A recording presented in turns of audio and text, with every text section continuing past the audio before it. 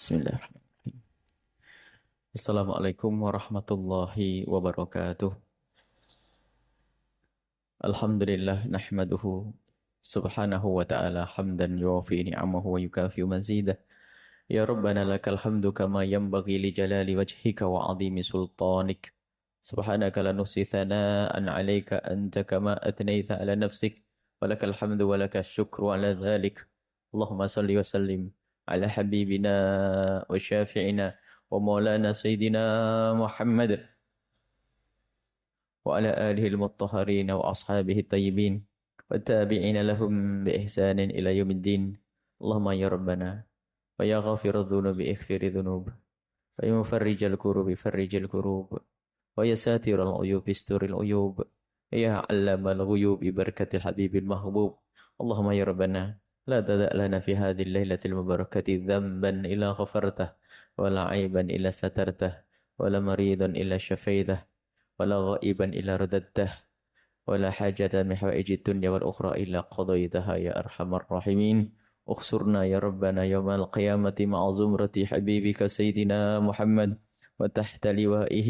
اللهم يا ربنا ارزقنا التوبة قبل الموت والشهادة عند الموت والجنة بعد الموت. أما بعد. Adik-adik, para pemirsa, para pendengar pun Anda berada, Alhamdulillah. Kita terus dan terus menerus mensyukuri nikmat yang terus menerus Allah berikan kepada kita, yang kita tidak akan mampu untuk menghitung satu demi satu. Akan tapi nikmat yang paling agung yang diberikan oleh Allah kepada kita adalah Allah memilih kita menjadi umat Nabi Muhammad SAW. Nikmat Islam. Kita diberi oleh Allah hati yang bisa menerima agama yang diridhoi oleh Allah Subhanahu wa taala. Dan juga nikmat besar lain lagi adalah kita diberi kesempatan untuk memperkuat keimanan kita kepada agama, kepada kebenaran yang dibawa oleh Nabi sallallahu alaihi wasallam. Seperti saat ini kita kumpul di tempat mulia ini, semoga Allah memberikan kepada kita ilmu yang bermanfaat, yang membuahkan amal yang diterima oleh Allah. Seperti biasa, kita akan baca kitab Hikam Ibn Athaillah As-Sakandari, tapi sebelumnya kita akan baca satu hadis Nabi SAW dengan kitab Mukhtasar Ibn Abi Jamrah, yang semestinya kita akan baca hadis yang diriwayatkan oleh Imam Abu Hurairah radhiyallahu ta'ala Ibn Sa'sa'ah, akan tapi karena ini adalah hadis Isra Mi'raj, akan kita baca nanti di saat kita bulan Rajab. InsyaAllah. Kita melewati hadis itu. Kita masuk hadis selanjutnya. An Ibni Mas'udin. Hadis ini diriwayatkan dari Sayyidina Abdullah ibn Mas'ud. Hadis berikutnya. Haddatsana Rasulullah sallallahu alaihi wasallam telah memberitahu, telah berbicara, telah menyampaikan kepada kami Rasulullah. Rasulullah menyampaikan kepada kami wa huwas shadiqul masduq. Nabi Muhammad adalah orang yang jujur dan sangat bisa dipercaya. Tidak pernah berbohong, menyampaikan. Salah satu dari kalian itu yujma'u khalquhu, dikumpulkan awal penciptaannya dahulu fi batni ummihi, di perut ibundanya. Ini proses pembentukan janin manusia. Dikumpulkan di perut ibundanya dalam 40 hari. Nutfatan, dalam bentuk air mani. Ini proses pembuahan. Selama 40 hari dalam bentuk air mani. Kemudian setelah 40 hari berubah menjadi segumpal darah. Mithla dzalika 40 hari. Tsumma yakunu mudghatan. Kemudian setelah 40 hari berikutnya akan menjadi segumpal daging. Malaikat, kemudian Allah mengutus limatin untuk mencatat. Mencatat sesuatu yang Allah sudah tahu. Tapi diberitahu kepada malaikat. Karena yang menjalankan nanti adalah malaikat yang bagi rizki, mematikan dan bakal tinggal di mana adalah malaikat yang diperintahkan oleh Allah. Dicatatlah untuk hamba tersebut yang sudah menjadi segumpal daging. Diseru malaikat tersebut, diperintah oleh Allah, uktub amalahu. Tulislah amalnya. Jadi amal baik atau buruk. Jadi amal yang kita lakukan ini sudah dicatat. Bacanya si fulan akan melakukan kebaikan di masjid ini. Ada orang itu melakukan kejahatan di sana, sudah dicatat. Dan sudah diketahui oleh Allah. Dan dicatat oleh malaikat. Wa rizqahu, dan jatah rizki kita juga sudah dicatat. Tidak akan lebih, tidak akan kurang. Sehingga tidak ada seseorang itu mati kecuali rizkinya sudah habis. Selagi jatah rizkimu masih ada, tidak akan mati. Kalau sudah waktunya mati, tidak akan bisa diperpanjang lagi. Sudah ditentukan, sudah dicatat. Apakah orang ini nanti bakal sengsara di akhirat? Atau menjadi orang bahagia, sudah ditulis. Ketentuan Allah disuruh menulis oleh malaikat. Dan Allah lebih tahu. Dan Allah sudah tahu. Tapi ditulis, disuruh malaikat untuk mencatat 4 hal tersebut.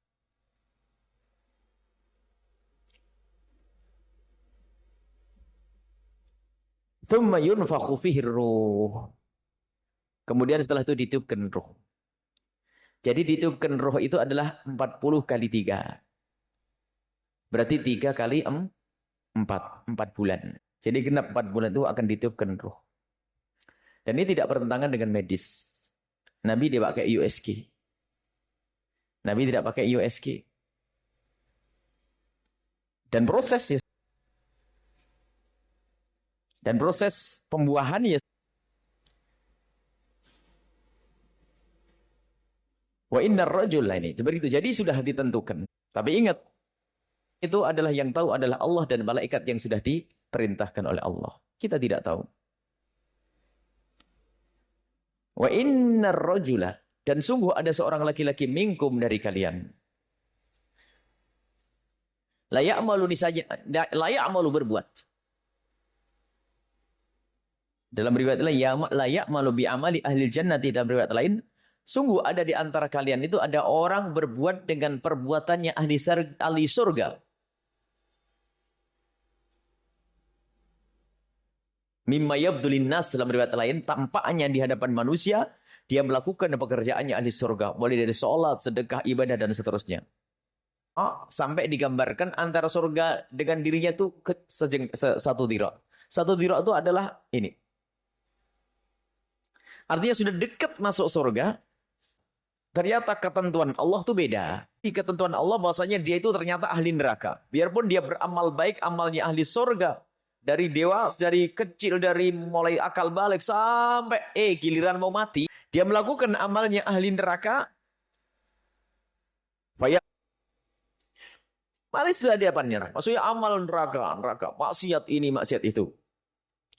Cuman sudah di ketentuan Allah ditulis sebagai orang yang beruntung. Fayasbika alaihil kitab, ternyata sudah didahului dengan kitab ketentuan Allah. Bahasanya dia adalah ahli surga. Faya'malu bi amali ahli jannati, akhirnya dia melakukan pekerjaannya ahli surga lalu masuk surga. Baik, ini kisah yang disampaikan oleh Nabi SAW. Banyak orang di saat membaca hadis ini menjadi bingung, bahkan mungkin ada yang putus asa. Loh, apa artinya kita beribadah banyak begini ini? Pun kalau memang dicatat sebagai ahli neraka, biarpun kita sholat setiap malam juga ahli neraka.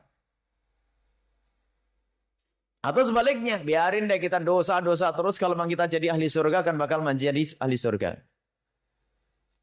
Ini sering ada pertanyaan begitu. Kalau memang jatah kita surga, biarpun kita maksiat kan tetap masuk surga. Maka biarin kita maksiat. Dia lupa kalau dia adalah hamba. Dia lupa kalau dia adalah manusia dan bukan Tuhan Allah dan bukan malaikat yang disuruh mencatat. Dia tidak sadar kalau masalah itu adalah masalah yang diketahui oleh Allah. Dan kita tidak tahu. Makanya, jadi manusia jangan sok tahu. Yang jadi masalah kita sok tahu. Sehingga berkata, kalau memang saya itu jatahnya surga, biarpun maksiat kan tetap masuk surga. Ini kan sok tahu. Siapa yang bilang ente ahli surga? Memang malaikat kasih tahu ente di surga. Ada bisikan dari malaikat. Tidak ada yang tahu. Makanya jangan sok tahu. Ini berita ini. Bahwasanya begitulah keadaan manusia. Sudah ditentukan kalau orang ini menjadi ahli surga dan orang ini menjadi ahli neraka. Sudah ditentukan oleh Allah. Adapun berita yang disampaikan hendaknya engkau karena kau tidak tahu pungkasanmu kayak apa. Yang sudah beramal baik. Terus dijaga sampai mati dalam keadaan amal baik. Jangan sampai berubah menjadi amal jelek. Mestinya yang beramal jelek jangan putus asa, ada kesempatan. Karena kematianmu bisa saja 1 jam setelah kamu taubat. Jangan putus asa, karena kamu tidak tahu kalau kamu ini ahli surga atau ahli neraka. Maka wahai ahli maksiat, sebanyak apapun kemaksiatanmu, cepat kembali kepada Allah. Sebelum ajal menjelang. Sebelum ajal bukan salah paham lalu putus asa. Yang berbuat baik akhirnya, wah ngapain juga saya sholat setiap hari sedekah. Kalau memang saya dicatat ahli neraka, saya tetap masuk neraka. Loh, siapa yang bilang ente? Ente dapat berita dari langit. Dekat ngasih tahu kepadamu. Lah ini permasalahan kita sering sok tahu. Ini yang tahu hanya Allah. Yang tahu hanya Allah. Dan malaikat mencatat. Yang tahu hanya Allah. Ketentuanmu nanti di surga atau di neraka, Allah sudah tahu ahli surga atau ahli neraka. Semua ini Allah ketahui. Akan tapi kita tidak tahu. Tidak usah bicara tentang masa depan di surga atau neraka. Esok hari pun kau tidak tahu apa yang terjadi. Lah kok sok tahu di masa depan di akhirat. Kita suka berlebihan. Urusan akhirat seolah-olah tahu. Ditanya besok kamu kira-kira ngapain? Nggak ada yang kebayang. Merencanakan sih iya. Alangkah banyak rencana kita. Besok makan apa? Belum tahu ya. Dari makan apa dan di mana tempatnya, buang airnya di mana, bingung nggak tahu.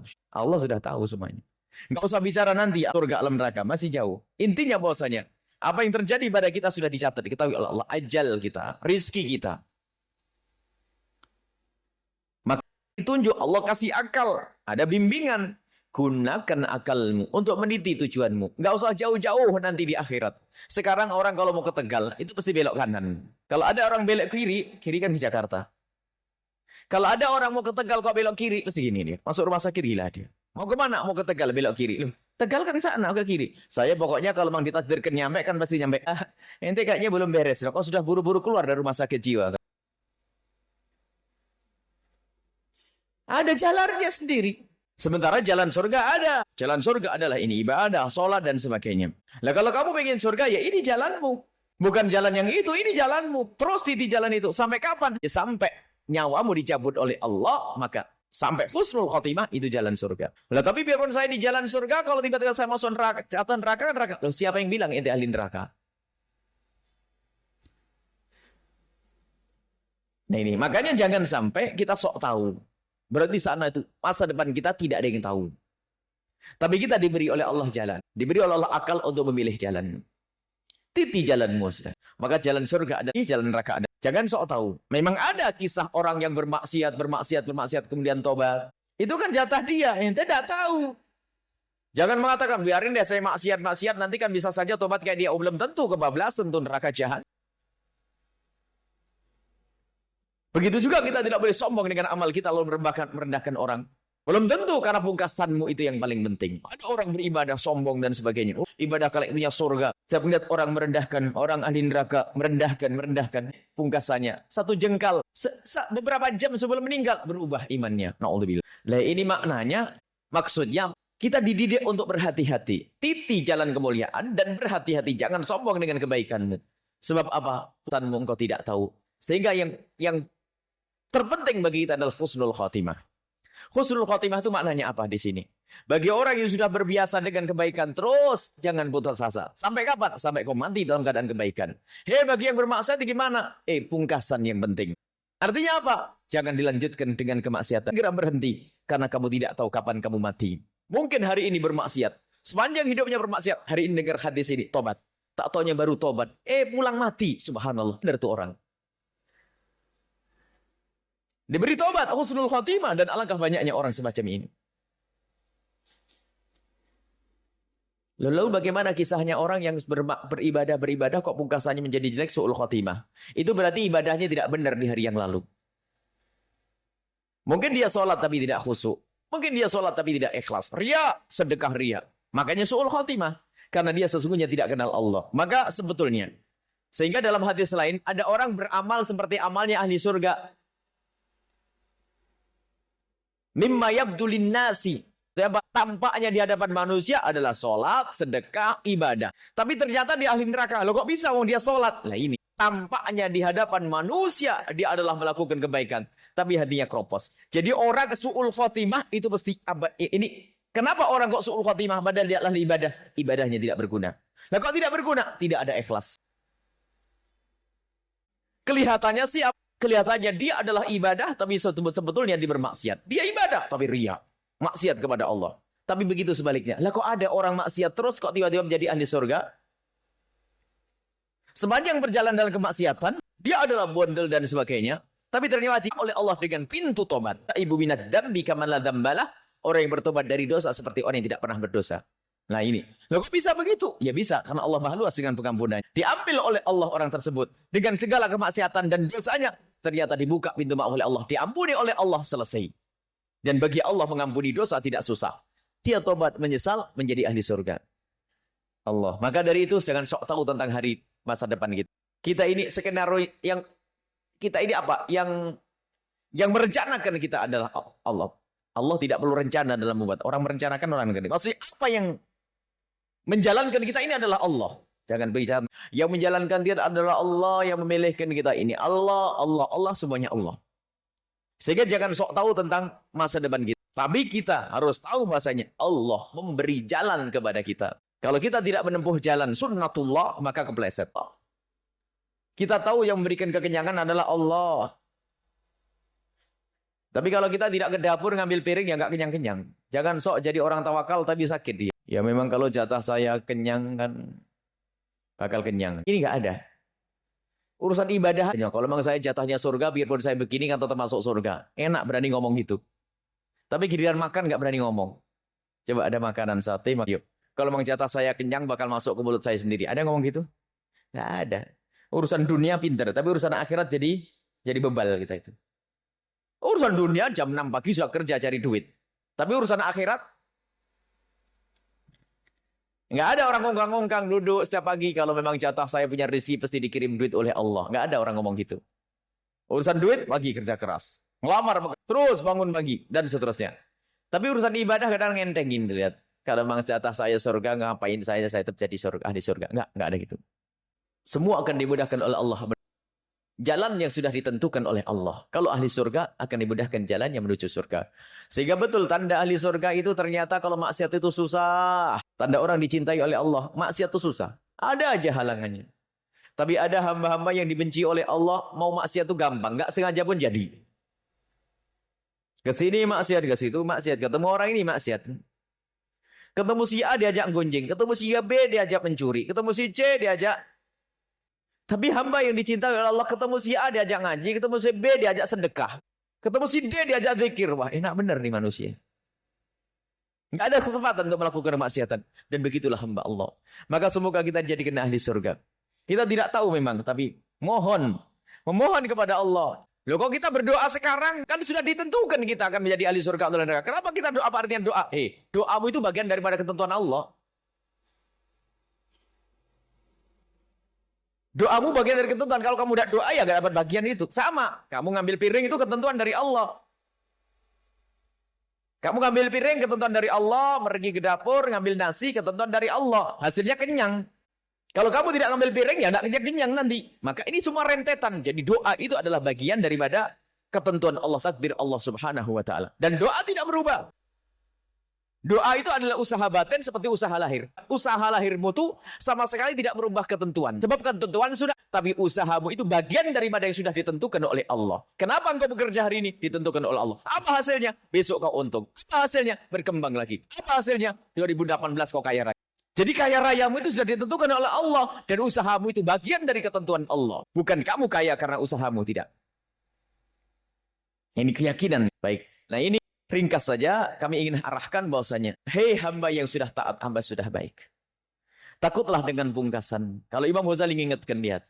Biarpun ibadahmu sudah banyak, belum tentu, hati-hati.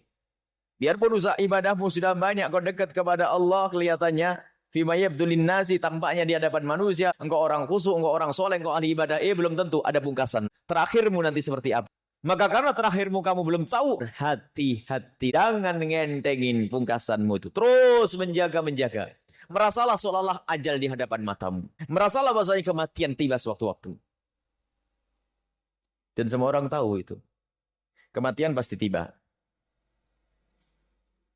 Dan kalau ditanya, bisakah kematian datang kepada kita saat ini? Bisa, semua bisa. Tapi perilaku orang seperti orang nggak percaya kematian tiba. Kalau suruh siap tentang kematian, repot ya setengah mati. Semoga Allah manjangkan umur kita dalam ketaatan serta sehat. Kemudian bagi siapapun yang masih berada di kubang kehinaan kemaksiatan, jangan sampai buru-buru malaikat Israel mencabutmu dalam keadaan maksiat. Takutlah kepada Allah, ajal bisa saja dijemput saat ini juga. Maka kami seru sesuai dengan hadis tadi. Ketahuilah masih ada kesempatan selagi nyawa masih ada di kandung badan. Ayo tobat karena kita tidak tahu apakah esok hari masih untuk kita atau tidak. Kalau ternyata esok hari bukan untuk kita, malam ini kita sudah kembali. Yang maksiatnya kayak apa, sebesar apapun, lalu bertobat kembali kepada Allah. Takkan tadi kerjaannya maksiat ahli neraka, tapi menjelang kematiannya mengamalkan amalan ahli surga, akhirnya masuk surga. Maka kepada ahli maksiat tidak usah putus. Tapi jangan menunda esok hari, karena esok hari belum tentu untukmu. Yang menjadi masalah kadang tulul amal, panjang angan-angan. Seolah-olah hidupnya itu bisa menjamin. Seolah dia bisa menjamin hidupnya 10 tahun yang akan. Kok jangankan 10 tahun yang akan datang. 1 jam ke depan tidak ada yang bisa menjamin. Tidak ada yang bisa menjamin saya hidup 1 jam ke depan. Tidak ada. Semoga panjang umur semuanya. Kita minta panjang umur. Tapi biarpun kita setiap hari doa panjang umur, mati atau tidak? Mati semuanya. Kenapa kita harus berdoa? Doa menunjukkan kalau kita butuh kepada Allah Subhanahu wa ta'ala. Allah alam bisawab. Baik, kita langsung kepada Hikam Ibn Athaillah As-Sakandari. Qala al-musannif rahimahullah ta'ala nafa'ana Allah bihi wa bi ulumi wa bi ulumikum fi danin al-anqal. Wijdanu thamarati ta'ati. Hikmah yang ke-247. Wijdanu thamarati ta'ati ajilah.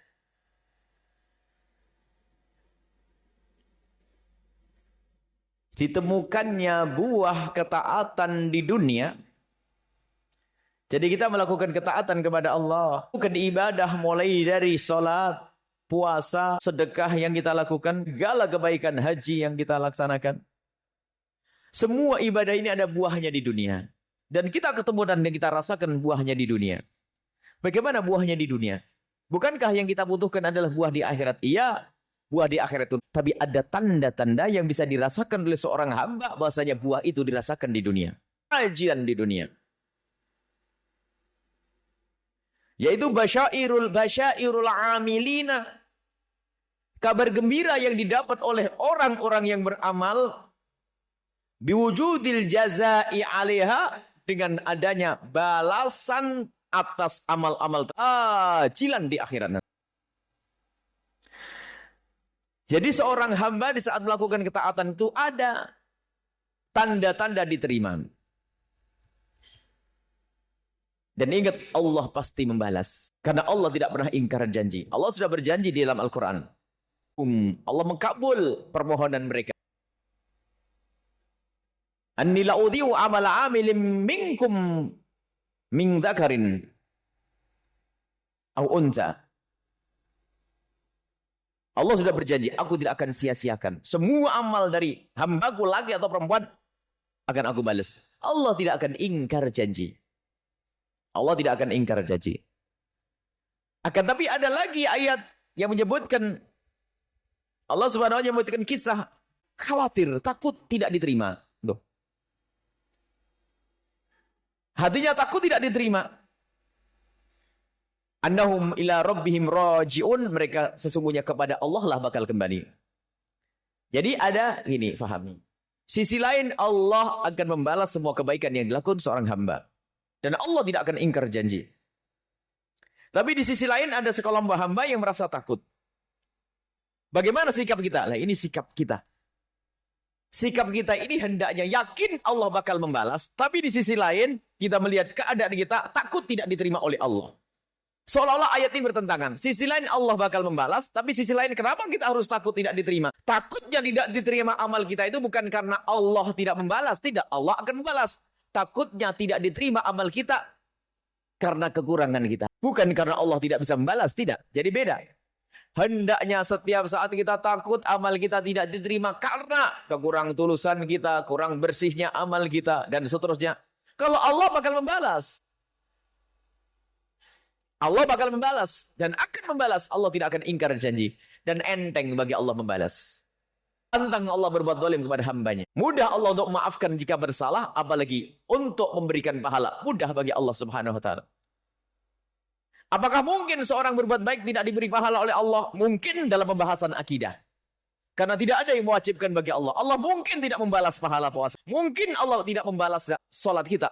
Tapi ketahuilah, itu masalah mungkin bahasan akidah. Tapi Allah tidak pernah ingkar janji. Akan dibalas oleh Allah subhanahu wa ta'ala.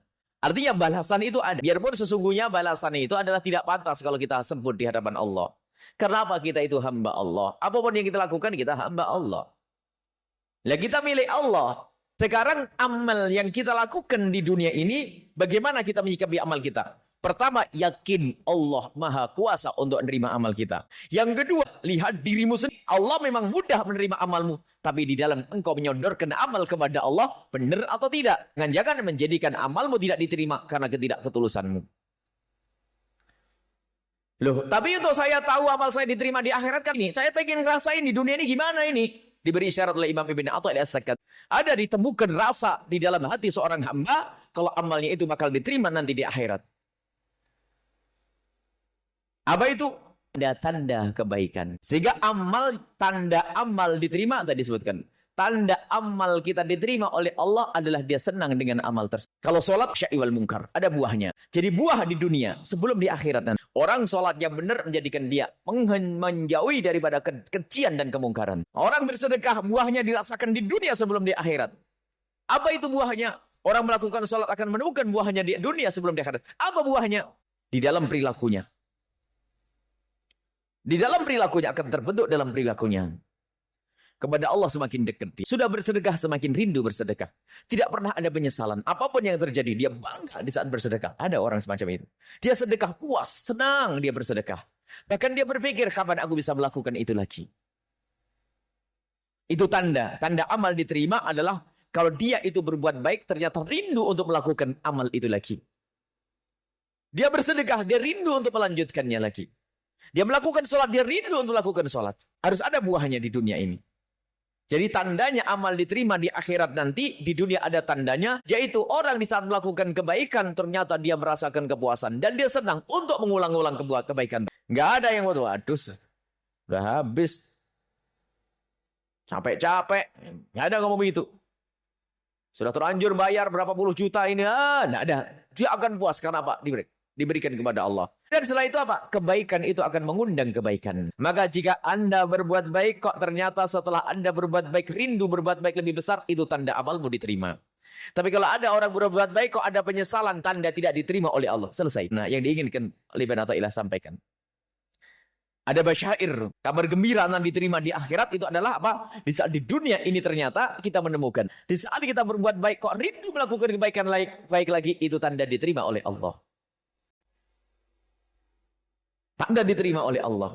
Sebab tanda diterima itu akan diganti oleh Allah nanti. Ada pahala di sana itu. Maka di saat kita melakukan, langsung kita ingin melakukan lagi. Kenapa?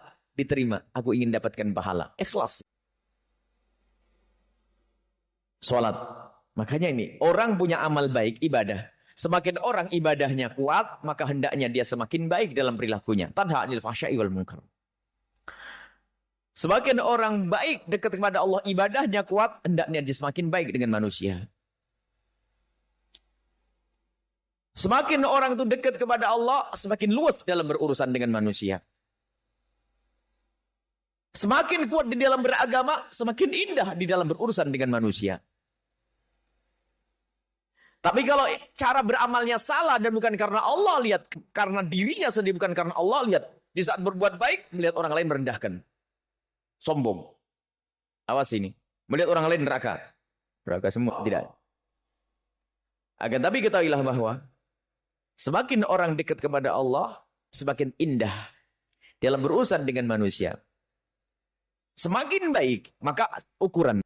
Kalau cara beragamamu itu benar, tentu engkau semakin baik dengan istrimu, semakin baik dengan suamimu, semakin baik dengan anakmu, semakin dekat tetanggamu, semakin baik dengan masyarakatmu. Tapi kalau ternyata semakin engkau beragama kok semakin tidak baik, pasti salah beragamamu. Bukan karena Allah Subhanahu Wa Taala. Karena ingin membesarkan dirimu sendiri, sehingga menjadi orang yang sombong, merasa dia yang paling baik. Sehingga melihat orang, kasihan terus.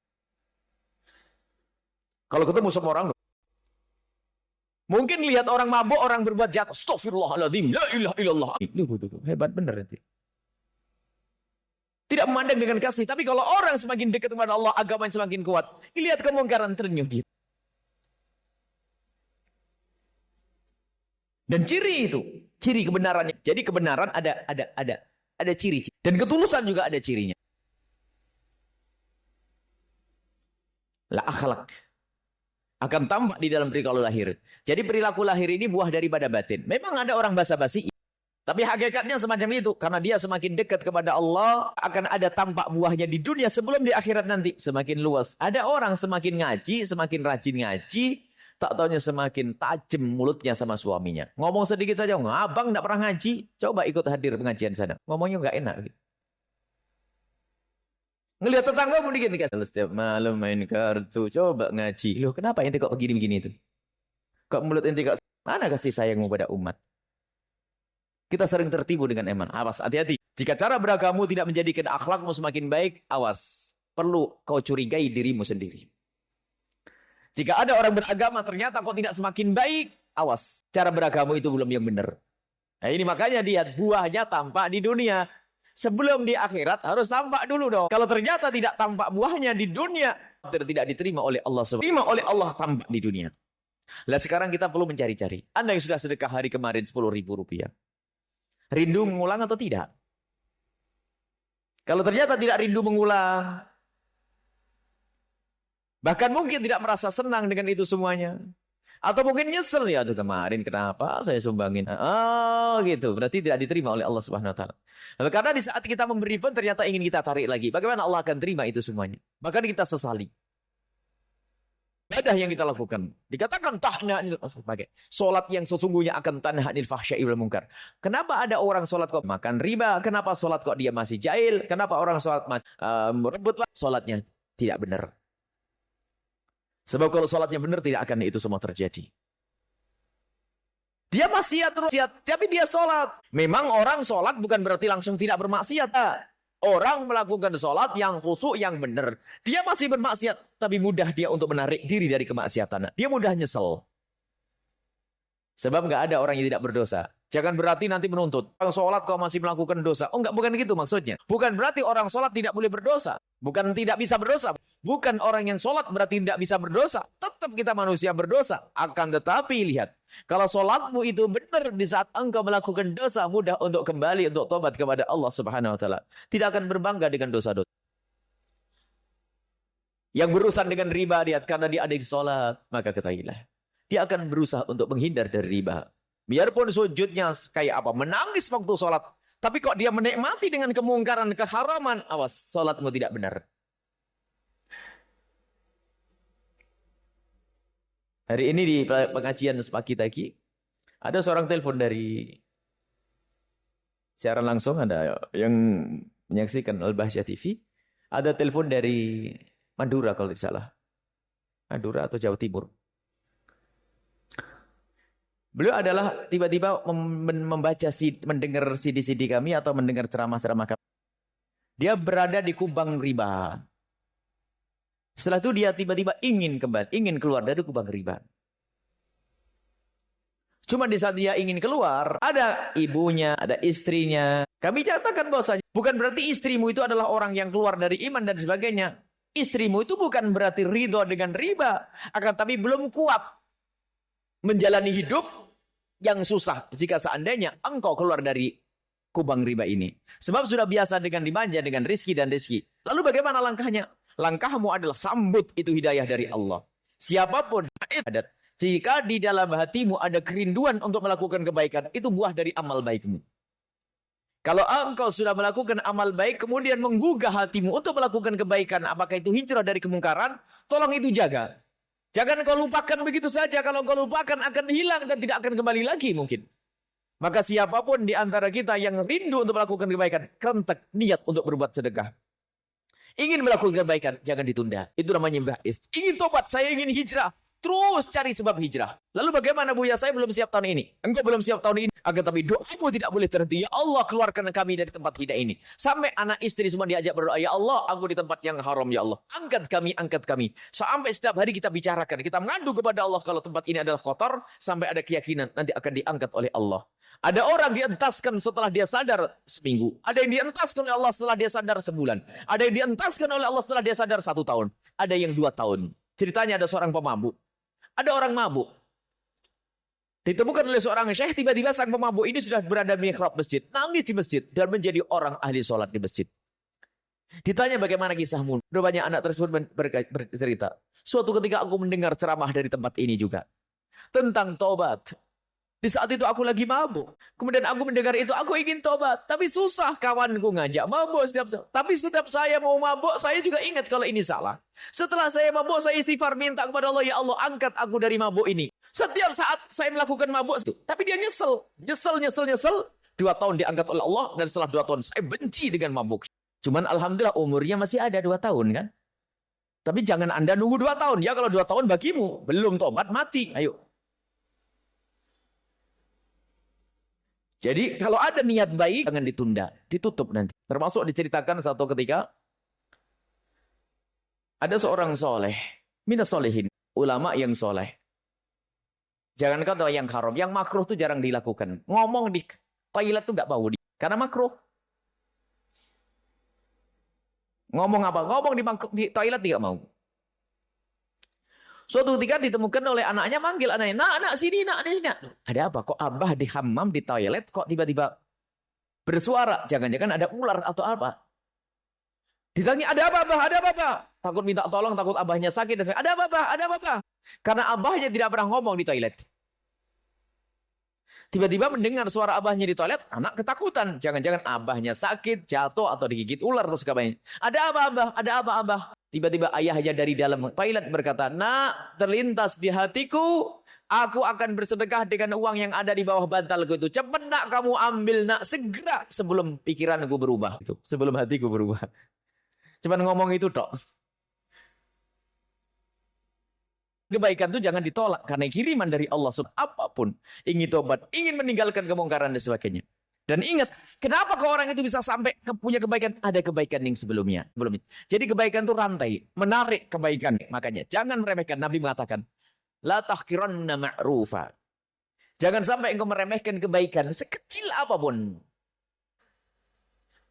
Biarpun engkau hanya ingin menampakkan wajahmu ceria di depan sahabatmu, ini sedekah. Walau bisyikki tamratin, biarpun hanya sepotong kurma, buatlah baiklah karena Allah. Karena kebaikan yang pernah engkau lakukan ini akan ada buahnya. Terlihat akan menarik kebaikan yang lain lagi.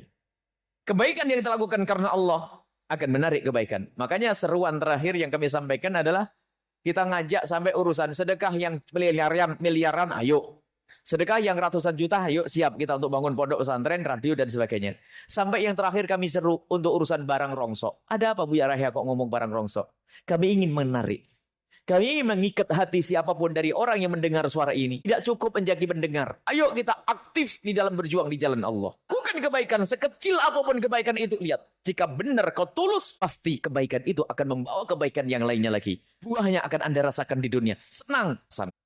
Makanya sampai kita barang rongsok itu tujuannya mengikat. Biarpun barang rongsok ternyata tidak ada gunanya. Tapi Anda merasa bahwa saya telah menyumbang perjuangan ini dengan ngasih panci bolong atau kipas rusak atau kulkas yang sudah nggak ada. Sambung hatinya. Di saat sambung, apalagi barang-barang ikhlas, ketahuilah akan membawa kebaikan yang lainnya. Dan ini kenyataannya. Yang semua enak rupanya tiba-tiba. Ngasih yang lainnya yang tidak rongsok juga. Karena tulus waktu ngasih rongsoknya. Kalau kebaikan yang dilakukan benar, pasti menarik kebaikan yang lainnya. Tapi kalau agar tahu bahasanya amal kita tuh kayaknya tidak diterima oleh Allah, kalau kita melakukan kebaikan kok ogah-ogahan, tidak membawa kebaikan yang lainnya. Maka dari itu jangan ragu untuk memulai kebaikan. Sholat, hadir majlis, sedekah, silaturahim, lakukan itu semuanya. Jika engkau melakukan dengan tulus, semua kebaikan akan membawa kebaikan yang lain. Dan kebaikan yang dipetik dengan kebaikan, itulah kebaikan yang diambil dengan kebaikan, maka itu adalah kebaikan yang sesungguhnya. Kebaikan yang diambil dengan kebaikan. Bagaimana kebaikan yang diambil dengan kebaikan? Ada kebaikan, saya ingin melakukan kebaikan. Contoh. Saya ingin membantu anak yatim. Atau saya ingin umroh. Atau saya ingin haji. Baik. Anda ingin umroh. Baiklah. Sekarang ambil kebaikan itu dengan kebaikan. Ya Allah, saya akan datang kepada orang fakir dan orang sakit yang ada tetanggaku. Saya punya duit, punya 10.000. Atau punya duit 20.000. Atau 50.000. Saya akan melakukan kebaikan. Ya Allah, semoga dengan kebaikan ini, aku bisa naik haji ya Allah. Kebaikan besar diambil dengan kebaikan kecil. Ambil kebaikan dengan kebaikan. Menandakan kebaikan yang kau lakukan ini kebaikan yang benar. Jadi diajarkan oleh Rasulullah. Amal baik. Lakukan kebaikan untuk mendapatkan kebaikan. Aku pengen anakku soleh.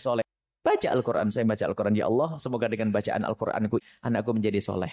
Sedekah. Dan ini kami himbau untuk semuanya memperbanyak niat. Kalau Anda bersedekah dengan 100.000 rupiah, lihat.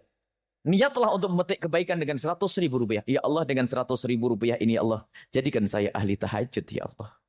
Jadikan saya adalah orang yang mudah berbakti ke orang tua saya. Jadikan saya orang yang mudah silaturahmi, ya Allah. Jadikan sebanyak niat yang Anda niatkan, Allah akan beri kebaikan itu sendiri. Apa buahnya dari ini semuanya?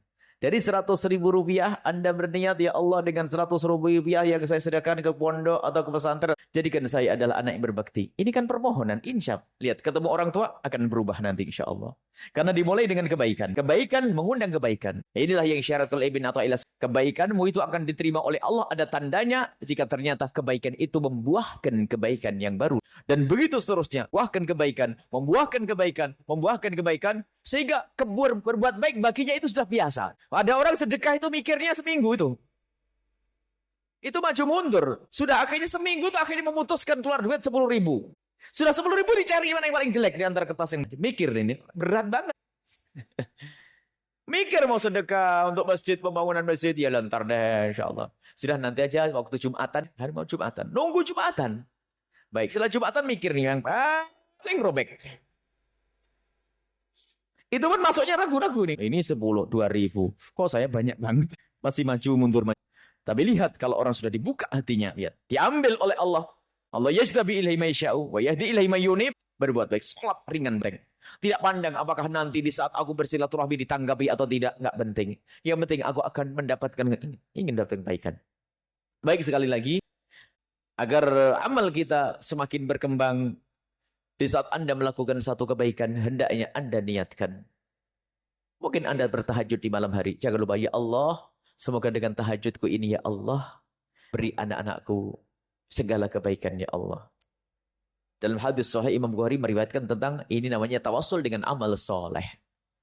Tentang 3 orang yang terperangkap di gua. Hadis sahih Imam Bukhari meriwayatkan ada orang terperangkap, 3 orang terperangkap di dalam gua. Di saat berada dalam gua karena hujan, tiba batu menggelinding, menutup pintu gua. Tidak bisa keluar. Akhirnya mereka menyebut kebaikan yang pernah dilakukan. Maka disebutlah kebaikan yang pernah dilakukan di hadapan kepada Allah. Ya Allah, semoga dengan kebaikanku ini, kau buka pintu gua. Dan begitu seterusnya. Mohon diniatkannya. Jangan ragu untuk niat. Niat itu kan gampang. Akan tapi ternyata pahala kita sesuai dengan niat. Sampai guru-guru mulia ngambil sanad dari guru-guru ngajari nikah saja niatnya 150. Bingung sih. 150 niatnya nikah. Dibaca niat nikah untuk mendapatkan keturunannya, untuk mencari teman ibadah, untuk menjauhi kemaksiatan, untuk niat, itulah Allah. Nah, tanda diterima amal kita adalah jika kebaikannya kita lakukan benar membuahkan kebaikan yang baru lagi. Tapi kalau kebaikan yang Anda lakukan kebaikan yang bikin kapok, itu tanda tidak diterima oleh Allah Subhanahu wa taala. Wallahu a'lam bissawab. Syukur kami haturkan kepada Guru Buya Yahya atas hikmah yang beliau sampaikan. Semoga ilmu yang kita dapatkan dapat kita amalkan dalam kehidupan sehari-hari. Amin ya Allah ya Rabbal Alamin.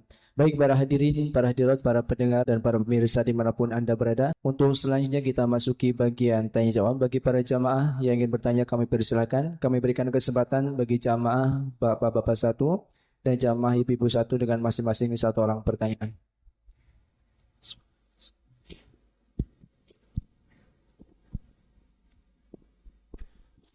Assalamualaikum warahmatullahi wabarakatuh.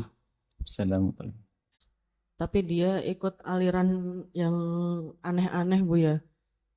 Awalnya kita hanya berteman sebatas bahasan waktu kuliah saja, Bu ya. Begitu dia membahas tentang alirannya itu, saya langsung memutus silaturahmi sama dia. Jadi sudah tidak ada komunikasi lagi. Apakah itu diperbolehkan, Bu ya? Sementara kita kan harus berdakwah. Cuman orangnya kayak keras gitu, Bu ya. Mohon penjelasannya. Terima kasih, Mas. Yang pertama adalah kabura maqtan indallahi an taqulu ma la taf'alun. Ada orang pandai ngomong tapi tidak bisa mengamalkannya. Amal wajib, amal sunnah. Kalau amal sunnah tidak akan dihukum oleh Allah. Anda menghimbau orang untuk bangun malam tapi Anda tidak bangun malam, Anda tidak dosa. Cuman Anda kehilangan kemuliaan yang besar. Dan bisa jadi Anda berucap tanpa keyakinan. Berarti yang keropos adalah iman Anda. Tapi kalau ada orang menyuruh yang sunnah lalu dia tidak mengamalkannya, tidak akan dihukum oleh Allah. Maka para ustadz jangan ragu untuk menghimbau kebaikan-kebaikan. Tapi yang akan dimurkai oleh Allah adalah melarang sesuatu yang diharamkan tapi dia sendiri melanggar. Menyuruh kewajiban tapi dia tidak melakukannya. Ini besar di hadapan Allah. Nyuruh orang untuk melakukan kebaikan yang wajib tapi dia sendiri tidak. Kenapa? Kok kabura maktan? Hukumannya besar di Allah, dosanya besar di hadapan Allah. Dia yang tahu ilmunya ternyata dia melanggar urusan halal haram. Tapi kalau urusan mubah atau sunnah tidak masuk bab ini. Bahkan mungkin bukan dosa. Kalau itu keharaman segera tobat. Untuk diri sendiri tapi bukan untuk nilai orang. Kita paling dilarang untuk menilai orang. Karena kita tidak tahu. Misalnya ada orang penceramah mengatakan haram, haram, halal, halal. Tapi dia sendiri melanggar. Oh, dari mana kita tahu dia melanggar? Oh, dia ngomong katanya haram, lalu dia melakukan. Belum tentu dia. Di saat melakukan lalu dia bangga. Mungkin dia melakukan karena terdesak, karena kepepet, karena apa. Dan mungkin malam harinya sudah nangis. Hindari dari menilai orang lain. Akan tapi semua ayat jadikan untuk dirimu sendiri sebelum orang lain. Kita sering terlena. Paling mudah untuk melihat kekurangan orang. Tapi kita susah melihat kekurangan sendiri. Dan memang aku itu adalah hijab. Aku itu adalah penutup. Kalau orang sudah aku, itu susah. Ketutup sama aku. Sehingga pandai melihat orang, susah melihat dirinya aku. Apakah itu amal baik, atau kekotoran secara lahir, atau kotoran secara batin. Hati-hati. Kekotoran lahir, kotoran batin itu sudah susah. Lain. Tapi urusan minuman, apa sih susahnya mengganti minuman? Dan pasta gigi itu miliknya Pak Haji itu juga ada kok produk pasta gigi. Mulai dari ini keimanan. Mana keimanan kita itu? Pasta gigi, produk pesantren, susu, produk ini, sabun, produk ini. Allah. Kalau kita betul-betul punya jiwa semacam ini, maka ketahuilah Islam cepat jaya. Tapi memang yang memproduksi sendiri harus benar. Loh, penjual tempe saja jadi bingung dengan saudaranya. Loh, kenapa kau harus pakai delay impor? Waduh, pakai delay lokal itu mesin saya rusak. Lah kok bisa? Campur pasir. Ini pengakuan dari seorang pedagang tempe ini. Tak pernah takut. Digiling itu rumahnya apa? Kalau 50 kilo delay, itu sudah masuk pasir 5 kilo. Berarti tidak amanat juga di diri kita sendiri. Umat Islam sudah tidak jujur. Ini umat Islam yang tidak jujur merusak. Sehingga lebih senang dengan produk orang kafir. Na'udzubillah. Berarti yang salah mana? Yang salah kita. Jangan sibuk nyalain orang. Kita perlu berbenah diri. Belanjanya pun kita belum bisa memilih. Mengeluarkan produk pun kita tidak serius. Allah itu senang kepada hambanya kalau melakukan sesuatu itu serius. Ternyata kalau kita lacak, yang paling tidak serius hanya umat Islam. Lihat produk HP, produk ini kalau bukan orang Islam hebat. Kalau orang Islam itu 2 minggu rusak. Kenapa tidak serius? Orang di luar Islam serius. Sudahlah koreksi ke dalam. Apa kita tidak punya kemampuan? Potensi umat Islam sangat kuat. Hebat umat Islam itu, luar biasa. Cuman begitulah potensi tidak digali dan tidak dikumpulkan. Sehingga seperti lidi yang bertebaran, mudah dipatahkan. Kalau seandainya bersatu, menjadi seperti sapu. Kuat. Tidak akan mudah untuk dipatahkan. Ya Allah, alam bisawab. Baik Buya, satu lagi ada sahabat kita Azwan dari Saudi Arabia.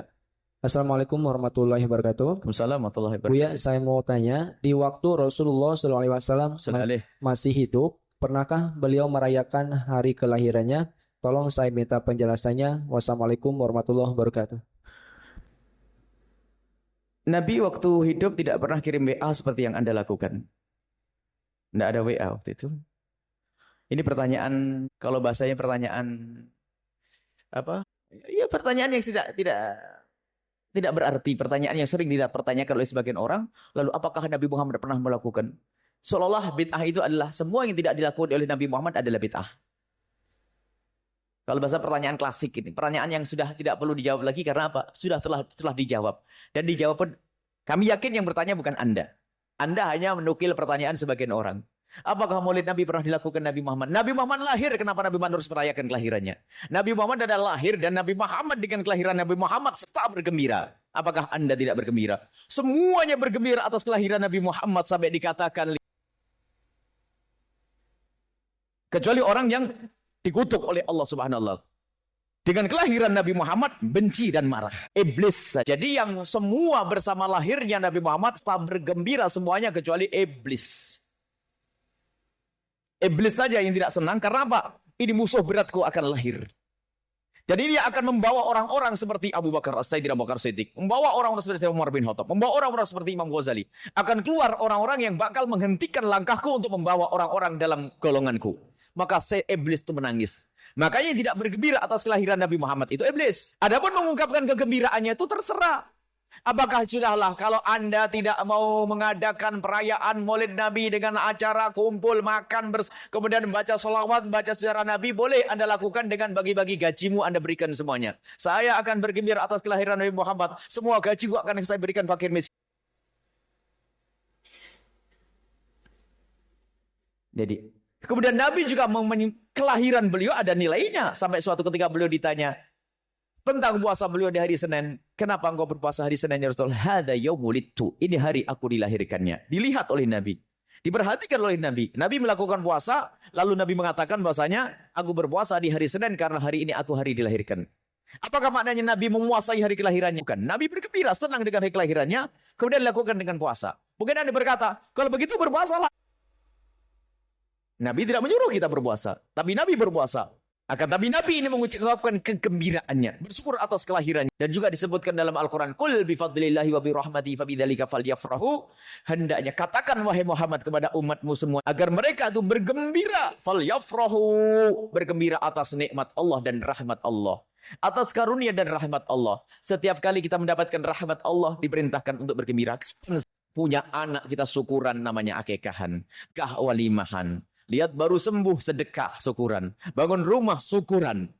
Apapun mendapat kenikmatan hendaknya falyafrahu, hendaknya kita bergembira. Karena kita mendapatkan rahmat, kita diperintahkan oleh Allah untuk bergembira. Dan Nabi Muhammad rahmat atau bukan rahmat?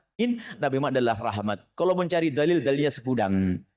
Akan tapi yang menjadi masalah, kalau orang memang hatinya buta, matanya buta, tidak akan bisa melihat apapun. Biarpun matahari di terang hari, tetap mengatakan katanya malam gelap gulita. Ini adalah orang pusing, biarkan dengan kepusingan. Selesai. Dah. Maulid Nabi adalah tidak perlu dibahas. Justru yang aneh sekali, kenapa orang mengingkari perayaan Maulid Nabi? Itu kok dangdutan sama konda, itu konser sama dangdutan yang perlu dipangkas. Maulid Nabi tidak begitu. Maulid Nabi adalah menyebutkan sejarah Nabi. Jadi momen melihat berita terakhir di Arab Saudi sana. Ini saudari kami yang bercerita di Arab Saudi. Ini insya Allah akidahnya dengan kita. Mengenang kematian seorang alim yang baru meninggal beberapa tahun yang lalu. Jadi menyebut kematian atau menyebut kelahiran negara yang bangkit atau lahirnya hari jadi negara atau milad tentang sebuah perusahaan. Milad seseorang. Tapi milad Nabi jadi tidak boleh. Aneh. Milad Nabi SAW maknanya kita bergembira atas kelahiran Nabi. Dan kalau kita lacak apa yang terjadi di semesta bersama kelahiran Nabi SAW. Lalu luar biasa. Bersama lahirnya Nabi, api yang disembah oleh masyarakat Persia ribuan tahun padam. Dan orang tidak mengerti. Hanya salah itu dicok-cok-cok. Kenapa padam di hari itu? Kan ditulis dalam sejarah. Mereka mencatat bahwasanya pada saat ini, jam itu, tahun ini, api ini padam. Setelah datang Nabi Muhammad, baru orang paham. Bahwasanya bersama setelah Islam nyampe ke Persia, baru dihubung-hubungkan ternyata apa? Padamnya itu bareng dengan kelahiran Nabi SAW. Dan begitu seterusnya. Sudah kalau ada orang mempermasalahkan tentang perayaan Maulid Nabi, ini adalah orang pusing. Biarpun kita kasih hujah 1000 hujah. Kok kata begitu? Paling tidak seandainya. Kita tanyakan kepada mereka, apakah engkau berani mengatakan bahasanya itu adalah bid'ah itu dengan dalil yang sudah pasti qat'i? Ada perintah dari Al-Quran yang qat'iud dalalati qat'il urudi mengatakan tafrah bi maulidin Nabi, jangan kau bergembira. Mana Al-Quran yang begitu? Apakah ada larangan yang pasti sampai kau katakan ini adalah pasti? Paling tidak katakan ini adalah masalah khilaf. Biarpun kita tidak mengatakan ini masalah khilaf karena ini bukan masalah khilaf. Bergembira Nabi kok khilaf? Bergembira dengan Nabi bukan masalah khilaf. Semua orang hendaknya bergembira atas kelahiran Nabi SAW dan hadirnya Nabi SAW. Ada lagi yang berkata apa? Yang perlu bergembira itu atas Nabi diangkat menjadi Nabi. Wahyu. Kalau masalah Nabi Muhammad, jasad Nabi Muhammad, tidak ada gunanya. Kelahiran Nabi Muhammad tidak ada artinya. Yang perlu kita banggakan adalah wahyu yang turun kepada Nabi Muhammad SAW. Wah, ini kurang ajar kepada Nabi SAW. Paling kurang ajarnya manusia kepada Nabi Muhammad. Jadi seolah-olah Nabi Muhammad wahyu yang berguna. Engkau tidak berguna. Kurang ajar. Dan sahabat Nabi lebih tahu tentang jasad Nabi SAW. Bagaimana Imam Bukhari meriwayatkan satu hadis. Lihat. Bagaimana mereka sahabat Nabi tidak hanya menyanjung, tidak hanya menghormati syariat dan agama Nabi Muhammad. Tapi Nabi Muhammad diagungkan Wasaqatat fi kaffi rajul minhum fadallaka biha wajhahu. Nabi Muhammad dalam hadis Bukhari, Nabi Muhammad tidak membuang dahak kecuali sudah ditangkap oleh salah satu sahabat Nabi kemudian diusapkan di wajah mereka. Dalam riwayat ta'dziman lahu, untuk mengagungkan Nabi. Mengagungkan dengan mengambil dahak diusapkan di wajahnya. Mengagungkan Rasulullah, yang Nabi ada nilainya. Nabi tidak potong rambut kecuali sahabat Nabi mengerumuninya untuk mengambil bagian rambutnya. Dan itulah yang diambil oleh Sayyidina Khalid bin Walid, taruh di atas kepala, di atas kopiahnya. Sampai di saat dalam peperangan kopiahnya jatuh, dicari oleh Sayyidina Khalid. Sahabat-sahabat yang lain mengatakan, "Ya Khalid, kenapa kau masih sibuk dengan kopiah yang utuh? Biarkan dia." Sayyidina Khalid marah dan berkata, "Demi Allah, karena di kopiahku itu telah aku simpan rambutnya Rasulullah sallallahu alaihi wasallam." Dan masih banyak kisah-kisah tentang keistimewaan jasad Nabi sallallahu alaihi wasallam. Lah kok ada orang, itu orang bingung, biarkan yang bingung. Yang bingung insyaallah. Semoga Allah menjaga hati kita. Jangan sampai kita kemasukan virus-virus semacam itu. Maka bersyukurlah jika Anda masih rindu untuk merayakan kelahiran Nabi sallallahu alaihi wasallam. Bersyukur. Sebab ada hamba yang tidak punya kesempatan, ada yang membenci, yang tidak suka. Itu adalah dijauhkan dari Nabi sallallahu alaihi wasallam. Mari kita tutup dengan doa. Bismillahirrahmanirrahim. Alhamdulillahirabbil alamin. Allahumma shalli ala sayyidina Muhammad wa ala sayyidina Muhammad. Irhamna wa la tu'adzibna wansurna wa la takhdhulna wa'afina wa la tumridna wa akrimna wa la tuhinna wa athirna wa la tusir alaina innaka ala kulli syai'in qadir. Allahumma ya Allah tambahkan kecintaan kami kepada kekasihmu Nabi Muhammad ya Allah. Tambahkan kecintaan kami kepada kekasihmu Nabi Muhammad. Jangan kau kurangi sedikit pun ya Allah. Agar kami mudah untuk meniru dan mengikuti sunnah kekasihmu Nabi Muhammad. Ya Allah, mudahkan kami untuk berbuat baik. Dan jadikan kebaikan kami kebaikan yang kau terima. Yang akan membuahkan kebaikan-kebaikan yang ya Allah, kebaikan yang banyak hingga kau cabut nyawa kami. Dalam keadaan kami melakukan kebaikan ya Allah. Ya Allah, pandang kami dengan kasih sayangmu ya Allah. Pandang kami dengan rahmatmu ya Allah. Pandang kami ya Allah dengan kasih sayangmu ya Allah. Yang maha tahu tentang keadaan kami. Mohon ya Allah, setelah engkau kumpulkan kami di tempat ini, kami mohon jangan kau keluarkan. Berikan kepada kami keistiqomahan. Jadikan hati kami senang dengan keadaan yang semacam ini. Jadikan hiburan kami adalah di tempat semacam ini. Wahai Zat yang menguasai hati kami ya Allah. Jangan sampai hiburan kami di tempat maksiat ya Allah. Jangan sampai hiburan kami di tempat yang kau murkai ya Allah. Kami mohon ya Allah, jadikan hiburan kami di tempat-tempat mulia semacam ini. Anak-anak kami bawa ke tempat yang mulia seperti ini. Keluarga kami, sanak dan kerabat kami, sahabat dan saya Allah, siapapun yang bersama kami, bawa mereka ke tempat mulia semacam ini. Dan kami mohon ya Allah, wujudkan keindahan dalam rumah tangga kami, suami istri yang saling mencintai karenamu ya Allah. Dan berikan kepada kami anak yang soleh solehah, yang dibanggakan oleh kekasihmu Nabi Muhammad. Dan kami mohon ya Allah, kami mohon yang belum menikah, mudahkan mereka untuk mendapatkan pasangan.